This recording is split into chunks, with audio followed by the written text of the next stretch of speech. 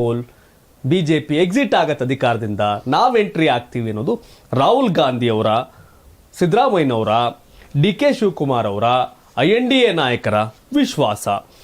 ಯಾಕೆ ಅಂತಂದ್ರೆ 295 ಸೀಟ್ ನಾವು ಗೆಲ್ತೀವಿ. INDA ಮೈತ್ರಿಕೂಟ 295 ಸೀಟನ್ನು ಗೆಲ್ಲುತ್ತೆ. ಕರ್ನಾಟಕದಲ್ಲಿ ಕಾಂಗ್ರೆಸ್ 2 ಅಂಕೆ ದಾಟುತ್ತೆ ಅನ್ನೋ ವಿಶ್ವಾಸ ಇದೆ. ಕರ್ನಾಟಕದಲ್ಲಿ ದಾಟುತ್ತೋ ಬಿಡುತ್ತೋ, ಕೇರಳದಲ್ಲಿ ದಾಟುತ್ತೆ. ಕೇರಳದಲ್ಲಿ LDF ವರ್ಸಸ್ UDF ಫೈಟ್. ಈ ಬಾರಿ NDA ಕೂಡ ಒಂದಷ್ಟು ಪ್ರಬಲ ಸ್ಪರ್ಧೆನ ಮಾಡ್ತಿದೆ. 3 ಕಡೆ ಗೆಲ್ಲಬಹುದು ಅನ್ನೋ ಲೆಕ್ಕಾಚಾರಗಳು ಕೂಡ ಇದೆ. ಅದು ಕೂಡ ಕೊಲೆ ಹತ್ತಲು ಗೊತ್ತಾಗುತ್ತೆ. ತ್ರಿಶೂರು, ತಿರುವನಂತಪುರಂ, ಪಂತನ್ಮಿತ್ತ ಆ ಒಂದು 3 ಲೋಕಸಭಾ ಕ್ಷೇತ್ರಗಳ ಗೆಲ್ಲಬಹುದು ಅನ್ನೋ ಲೆಕ್ಕಾಚಾರ ಇದೆ. ಕರ್ನಾಟಕದಲ್ಲಿ 2 ಅಂಕಿ ಬಗ್ಗೆ ರಾಹುಲ್ ವಿಶ್ವಾಸ ವ್ಯಕ್ತಪಡಿಸ್ತಾ ಇದ್ದಾರೆ. ಜೊತೆಗೆ ಅತಿ ಹೆಚ್ಚು ಸ್ಥಾನ ಗೆದ್ರೆ ನಮ್ಮ ತಂದೆ 5 ವರ್ಷ ಮುಖ್ಯಮಂತ್ರಿ ಸ್ಥಾನದಲ್ಲಿ ಮುಂದುವರಿತಾರೆ ಅಂತ ಯತೀಂದ್ರ ಹೇಳಿದ್ರು. ಹೆಚ್ಚು ಸ್ಥಾನ ಗೆದ್ರೆ ಸಿದ್ದರಾಮಯ್ಯನವರು 5 ವರ್ಷಗಳ ಕಾಲ ಮುಖ್ಯಮಂತ್ರಿಯಾಗಿ ಮುಂದುವರಿತಾರೆ ಅಂತ ಹೇಳಿದ್ರು.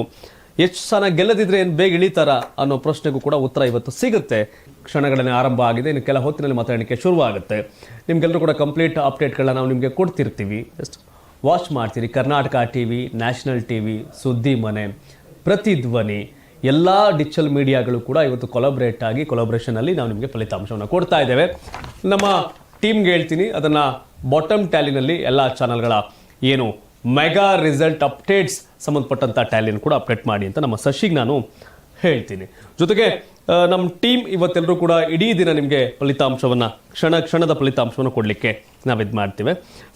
ಮೇಡಮ್ ಸ್ಪಷ್ಟವಾಗಿ ಹೇಳ್ತಾ ಇದ್ದಾರೆ, ಮೇಡಮ್ ಬಹಳ ಖುಷಿ ಇದೆ ಯಾಕಂದ್ರೆ ಗೆದ್ದೇ ಗೆಲ್ತೀವಿ ಅಂತ. ಆದರೆ ಕಳ್ಕೊಳ್ಳುವಂಥ ಸ್ಥಾನ ಎಷ್ಟು? 28ರಲ್ಲಿ ಎಷ್ಟು ಕಳ್ಕೊತೀರಿ ನೀವು ರಾಜ್ಯದಲ್ಲಿ? ರಾಜ್ಯದಲ್ಲಿ ನಮ್ಗೆ ಗೊತ್ತಿರೋ ಹಾಗೆ 28ಕ್ಕೆ 28 ಗೆಲ್ಲುವಂತ ಒಂದು ಟಾರ್ಗೆಟ್ ಕೊಟ್ಟಿರ್ತಕ್ಕಂಥದ್ದು. 28 ಗೆಲ್ತೀವಿ ಅನ್ನೋ ಒಂದು ವಿಶ್ವಾಸ ಇದೆ. ಈಗ ಯಾಕಂದ್ರೆ ಕಳೆದ ಬಾರಿ JDS ಕಾಂಗ್ರೆಸ್ ಮೈತ್ರಿ ಇತ್ತು, ಈ ಬಾರಿ JDS ಬಿಜೆಪಿ ಮೈತ್ರಿ ಇದೆ. ಕಾಂಗ್ರೆಸ್ ಇಂಡಿಪೆಂಡೆಂಟ್ ಆಗಿ ಒಂದೇ ಸ್ಥಾನ ಗೆದ್ದಿತ್ತು, ಇನ್ನೊಂದು ಸ್ಥಾನ ಇಂಡಿಪೆಂಡೆಂಟ್ ಆಗಿ ಸುಮಲತಾ ಅವರು ತೆಗೆದುಕೊಂಡಿದ್ರು. ಬೆಂಗಳೂರು ಗ್ರಾಮಾಂತರ DK ಸುರೇಶ್ ಅವರು ಕಾಂಗ್ರೆಸ್ JDS ಮತ ಅವರಿಗೆ ಬಂದಿತ್ತು. ಸೊ ಗೆದ್ರು. ನಿಮ್ ಪ್ರಕಾರ DK ಸುರೇಶ್ ಸೋಲ್ತಾರೆ ಅಂತ ಹೇಳ್ತಿದ್ರಿ? ಯಾಕಂದ್ರೆ ಆಪೋಸಿಟ್ ಕ್ಯಾಂಡಿಡೇಟ್ ಈ ಬಾರಿ ಮಂಜುನಾಥ್ ಇರ್ತಕ್ಕಂಥದ್ದು. ಡಾಕ್ಟರ್ ಮಂಜುನಾಥ್ ಹೊಸಬ್ರಾದ್ರೂ ಕೂಡ ಜನ ಮನಗಳಲ್ಲಿ ಹೃದಯದಲ್ಲಿ ಮಾಡಿರ್ತಕ್ಕಂಥವ್ರು. ಹಾಗಾಗಿ ಅವರಿಗೇನು ಪ್ರಚಾರದ ಅವಶ್ಯಕತೆ ಖಂಡಿತ ಇಲ್ಲ. ಮತ್ತೆ ನೀವು ಇದು ಪ್ರಥಮ ಬಾರಿಗೆ ರಾಜಕೀಯಕ್ಕೆ ಎಂಟ್ರಿ ಕೊಟ್ಟಿರೋದ್ರಿಂದ ಅವ್ರ ಇಮೇಜ್ ಕೂಡ ಕ್ಲೀನ್ ಆಗಿದೆ, ಯಾವುದೇ ಒಂದು ಕಪ್ಪು ಚುಕ್ಕೆ ಇಲ್ಲ ಅವ್ರ ಮೇಲೆ. ಸೊ ಹಾಗಾಗಿ ಜನ ಕೂಡ ಇವ್ರ ವಿರುದ್ಧನೂ ಕೂಡ ಆಂಟಿ ಇನ್ಕಂಬರೆನ್ಸಿ ಒಂದು ಕಾನ್ಸ್ಟಿಟ್ಯೂಯನ್ಸಿಯಲ್ಲಿ ಇದೆ. ಮಂಜುನಾಥ್ ಅವರಿಗೆ ಜನ ಮತ ಹಾಕ್ತಾರೆ ಅನ್ನುವಂಥದ್ದು ವಿಶ್ವಾಸ ನಿಮಗಿದೆ. ಸೊ ನಿಮ್ಮ ವಿಶ್ವಾಸ ನಿಜ ಆಗತ್ತಾ ಸುಳ್ಳಾಗತ್ತಾ? DK ಸುರೇಶ್, ಕನಕಪುರದ ಬಂಡೆ ವೋಟ್ ಪರ್ಸೆಂಟೇಜ್ ಕೂಡ ನೋಡಿದಾಗ ಕೂಡ ಈಗ 2019 ನಲ್ಲಿ DK ಸುರೇಶ್ ಅವರು 54% ವೋಟ್ ತಗೊಂಡಿದ್ರು, 8,78,000. ಅಶ್ವಥ್ ನಾರಾಯಣ ಅವರು 6,71,388 ಮತವನ್ನ ತೆಗೆದುಕೊಂಡಿದ್ರು. 54% ಅಲ್ಲಿ DK ಸುರೇಶ್ ತೆಗೆದುಕೊಂಡಂತ ಮತದಲ್ಲಿ JDS ಮತ ಇತ್ತು 20% ಮೇಲ್ಪಟ್ಟು. ಸೊ ಹಾಗಾಗಿ ಇಲ್ಲಿ 41+20+ ತಗೊಂಡಾಗ ನಾವು ಮೋರ್ ದೆನ್ 65 ವರೆಗೂ ಹೋಗುತ್ತೆ.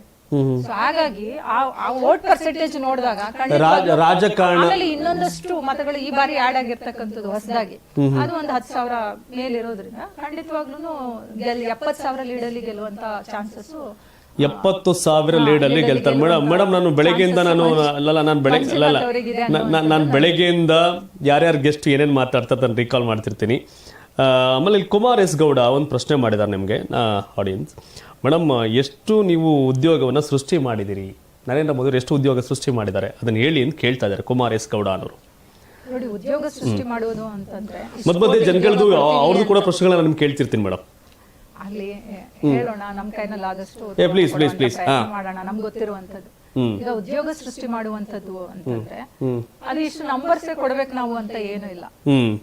ಈಗ ನಮ್ದು ಆರ್ಥಿಕತೆ 5ನೇ ಸ್ಥಾನಕ್ಕೆ ಹಾಗೆ ಬಂದಿಲ್ಲ. ಇದು ಎಂಪ್ಲಾಯ್ಮೆಂಟ್ ಜನರೇಟ್ ಆಗದೆ ಹಾಗೆ ಬಂದ್ಬಿಡ್ತಾ. ಇವತ್ತು ನಾವು ಮೊಬೈಲ್ ಮ್ಯಾನುಫ್ಯಾಕ್ಚರ್ ಅಲ್ಲಿ 2ನೇ ಸ್ಥಾನದಲ್ಲಿ ಇದೀವಿ. ನಾವು ಆತ್ಮನಿರ್ಭರ ಭಾರತದತ್ತ ನಾವು ಎಲ್ಲ ಪ್ರತಿಯೊಂದು ಕೂಡ ಇಲ್ಲೇ ಮ್ಯಾನುಫ್ಯಾಕ್ಚರ್ ಆಗ್ತಿದೆ. ನಾವು ಇವತ್ತು ಸೆಲ್ಫ್ ರಿಲಯಂಟ್ ಆಗಿ ನಾವು ಬದುಕ್ತಾ ಇದೀವಿ. ಅಂದ್ರೆ ಉದ್ಯೋಗಗಳು ಸೃಷ್ಟಿ ಆಗಿಲ್ವಾ? ಈಗ ಹೈವೇ ನಿರ್ಮಾಣ ಅಷ್ಟು ಸ್ಪೀಡ್ ಆಗಿ ಆಗ್ತಾ ಇದೆ ಅಂದ್ರೆ ಅಲ್ಲೊಂದಷ್ಟು ಉದ್ಯೋಗಗಳು ಸೃಷ್ಟಿ ಆಗಿಲ್ವಾ? ಅವೆಲ್ಲ ನಾವು ಲೆಕ್ಕಕ್ಕೆ ತೆಗೆದುಕೊಂಡು ಕೊಟ್ಟಾಗ ನಾವ್ ಏನ್ ಎಂಪ್ಲಾಯ್ಮೆಂಟ್ ಜನರೇಟ್ ಮಾಡ್ತೀವಿ ಅಂತ ಹೇಳಿದೀವಿ, ಅದಕ್ಕಿಂತ ಇನ್ನೂ ಜಾಸ್ತಿ ನಾವು ಎಂಪ್ಲಾಯ್ಮೆಂಟ್ ಜನರೇಟ್ ಅನ್ನು ಮಾಡಿದೀವಿ.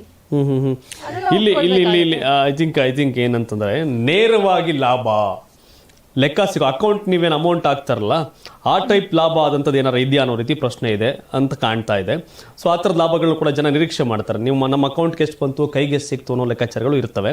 ಸೊ ಆ ರೀತಿಯ ಜಾಬ್, ಈಗ ಗೌರ್ನಮೆಂಟ್ ಜಾಬ್ ಎಷ್ಟಾಯಿತು, ಪ್ರೈವೇಟ್ ಸೆಕ್ಟರ್ಲಿ ಎಷ್ಟಾಯಿತು, ಆ ಥರದ ಅಂಕಿ ಅಂಶಗಳೇನಾರ ಕರೆಕ್ಟಾಗಿ ನಿಮ್ಮಲ್ಲಿ ಇದೆಯಾ ಅನ್ನೋದು ಅವ್ರ ಪ್ರಶ್ನೆ ಆಗುತ್ತೆ ಅಂತ ಭಾವಿಸ್ತೀನಿ. ಎಸ್, ಗ್ರಾಮಾಂತರದ ಬಗ್ಗೆ ಹೇಳ್ತಾ ಇದ್ದೀರಿ. ನಾನು ರಾಜಕೀಯ ಯಾವಾಗಲೂ ಹೇಳ್ತಿರ್ತೀನಿ, ರಾಜಕೀಯ ಮ್ಯಾಥ್ಸ್ ಅಲ್ಲ, ಕೆಮಿಸ್ಟ್ರಿ. JDS ಪ್ಲಸ್ BJP ಇಷ್ಟು ಓಟು ನಾವು ಗೆದ್ದುಬಿಡ್ತೀವಿ ಅನ್ನೋದಲ್ಲ. ಆದರೆ JDS BJP ಫೈಟ್ ಇರುವಂಥದ್ದು ಚನ್ನಪಟ್ಟಣದಲ್ಲಿರ್ತಕ್ಕಂಥ JDS ಕಾರ್ಯಕರ್ತರು BJPಯ CP ಯೋಗೇಶ್ವರ್ ಜೊತೆ ನಿಂತು BJP ಅಭ್ಯರ್ಥಿ ಡಾಕ್ಟರ್ ಮಂಜುನಾಥ್ ಯಾಕೆ ಓಟ್ ಹಾಕ್ಸ್ತಾರೆ? ಯಾಕೆಂದ್ರೆ ನೀವು ಲೀಡರ್ಗಳು ಒಂದಾಗ್ಬಿಡ್ತೀರಿ ಇಲ್ಲಿ, ಆದರೆ ಕಾರ್ಯಕರ್ತರು ಒಂದಾಗಬೇಕಲ್ವಾ? ಅದಕ್ಕಾಗಿನೇ ಕಾರ್ಯಕರ್ತರ ಸಮಾವೇಶಗಳು ಎರಡನ್ನು ಸಮನ್ವಯ ಸಮಾವೇಶಗಳು ಮಾಡ್ಲಾಯ್ತು, ಸಮನ್ವಯ ಸಭೆಗಳು ಮಾಡ್ಲಾಯ್ತು. ಕಾರ್ಯಕರ್ತರು JDS ಕಾರ್ಯಕರ್ತರು ಹೊಂದಾಣಿಕೆಯಲ್ಲಿ ಹೋಗುವಂತ ಕಾರ್ಯಕ್ರಮಗಳು, ಯಾವುದೇ ಒಂದು ವೇದಿಕೆ ಮೇಲೆ JDS ಲೀಡರ್ಗಳನ್ನ ಕೂರಿಸುವಂತ ಪ್ರಯತ್ನಗಳು ಎಲ್ಲ ಕಾನ್ಸ್ಟಿಟ್ಯೂನ್ಸಿಯಲ್ಲೂ ನಾವು ಮಾಡಿದೀವಿ. ಒಟ್ಟೊಟ್ಟಾಗಿ ಹೋಗಿರ್ತಕ್ಕಂಥದ್ದು ಯಾವುದೇ ಮೀಟಿಂಗ್ ಮಾಡ್ಲಿ, ಜಗನ್ನಾಥ ಭವನದಲ್ಲೇ ಕೆಲವೊಂದು ಮೀಟಿಂಗ್ಗಳು ಕರೆದಾಗ JDS ನವ್ರನ್ನು ಕೂಡ, ಈಗ ಮೀಡಿಯಾದ ಮೀಟಿಂಗ್ ಆಗ್ಲಿ, ಸೋಷಿಯಲ್ ಮೀಡಿಯಾ ಮೀಟಿಂಗ್ ಆಗಿರ್ಬೋದು, ಯಾವುದೇ ಒಂದು ಕಾರ್ಯಕ್ರಮದಲ್ಲೂ JDS ನ ನಾಯಕರನ್ನು ಕೂಡ ಕೂರಿಸಿ ಒಟ್ಟಾಗಿ ತೆಗೆದುಕೊಂಡು ಹೋಗಿ ಮಾಡಿರ್ತಕ್ಕಂಥದ್ದು.